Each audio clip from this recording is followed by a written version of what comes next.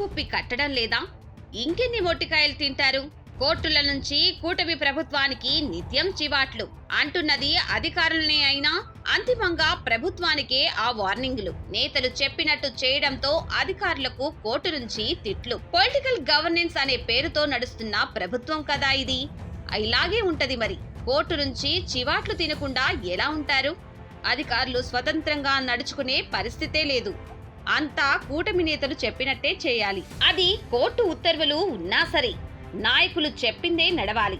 నాయకుల ఆదేశాలనే ఫాలో అవుతున్న అధికారులు కోర్టుల నుంచి తిట్లు తింటున్నారు. కోర్టు ఆదేశాలంటే నవ్వులాటగా ఉందా అంటూ చివాట్లు పెట్టింది ఏపీ హైకోర్టు. మచిలీపట్నంలో వైసీపీ పార్టీ ఆఫీసును నిర్మించుకుంది. అయితే భవన నిర్మాణంలో లోపాలు ఉన్నాయంటూ మున్సిపల్ కమిషనర్ నోటీసులు ఇచ్చారు. ఈ విషయంపై మాజీ మంత్రి పేర్ని నాని కోర్టుకు వెళ్లారు.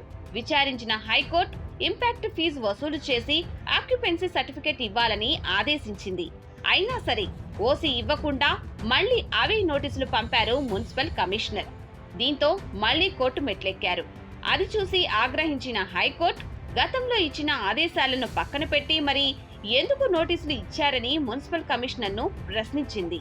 సుమోటోగా కోర్టు ధిక్కార చర్యలు చేపడతామని హెచ్చరించింది. ఇదే సందర్భంలో మరో మాట కూడా అంది హైకోర్టు. ఒకరిని లోపల వేస్తే మిగతా వాళ్లకు భయం వస్తుంది అని కామెంట్ చేసింది. చట్టం కంటే తామే ఎక్కువ అని కొందరు అధికారులు భావిస్తున్నారని, కోర్టు పవర్ ఏంటో చూపిస్తామని కూడా కామెంట్ చేసింది. గతంలోనూ విద్యాశాఖకు సంబంధించిన కేసులోనూ హైకోర్టు ఇలాంటి వ్యాఖ్యలే చేసింది. కోర్టు ఉత్తర్వులు ఇచ్చినా సరే దానికి విరుద్ధంగా చేయటంపై ఘాటుగా రియాక్ట్ అయింది. మీ వెనుక ఒక పవర్ఫుల్ లీడర్ ఉన్నాడని విడిసిపడుతున్నారా? కోర్టుకు ఉన్న అధికారాలేంటో చూపించమంటారా అని వ్యాఖ్యానించింది. పరోక్షంగా నారా లోకేష్ ను ఉద్దేశించే హైకోర్టు ఆ కామెంట్స్ చేసిందని రాష్ట్రమంతా కోడై కూసింది. మొత్తానికి కూటమి తీసుకొచ్చిన పొలిటికల్ గవర్నెన్స్ అధికారుల మెడకు చుట్టుకుంటోంది. కోర్టులతో చివాట్లు తినాల్సి వస్తుంది. ఇప్పటికైనా అధికారులను వాళ్ల పని వాళ్లు చేసుకునేలా చేస్తే మంచిదని చెబుతుంది బీసీవై పార్టీ.